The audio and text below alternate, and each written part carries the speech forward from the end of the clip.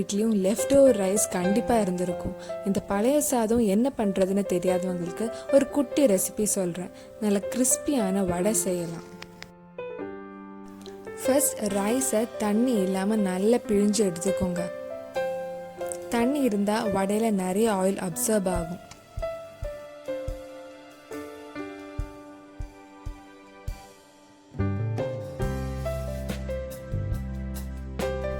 இந்த rice mixie ஜாரில் just 1 second அடிச்சுக்கோங்க. ரொம்ப நேரம் அரைக்க வேண்டாம். இந்த திக்னஸ் வந்தால் போதும்.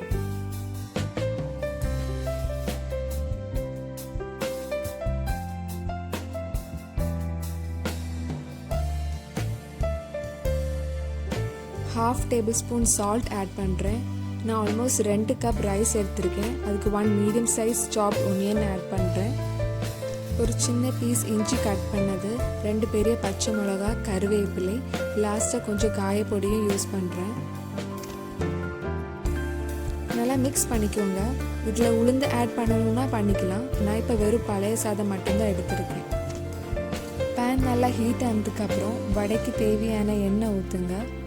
நான் ஒரு 1½ கப் ஆயில் யூஸ் பண்ணியிருக்கேன்.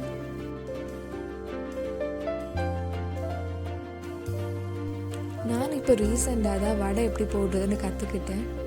இன்னும் எனக்கு கரெக்டாக வராது. நம்ம அது ப்ராக்டிஸ் பண்ண தான் அழகாக வரும்.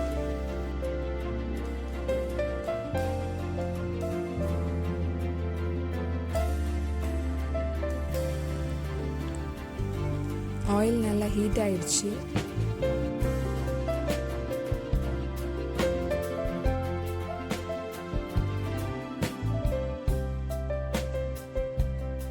வடை கொஞ்சம் தள்ளி தள்ளி போடுங்க, இல்லை எல்லாம் சேர்ந்து ஒட்டிக்கும்.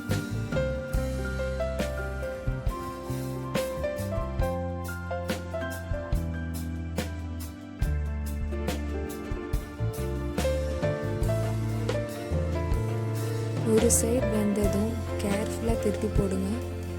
நம்ம ரைஸ் மட்டும் யூஸ் பண்ணனால வடை ரொம்ப லைட்டாக இருக்கும்.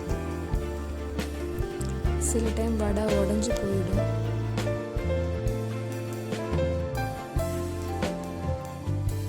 நல்லா ப்ரௌன் கலர் வந்ததுக்கப்புறம் நான் கொஞ்சம் நேரம் டிஷ்யூ பேப்பரில் வைக்கிறேன்.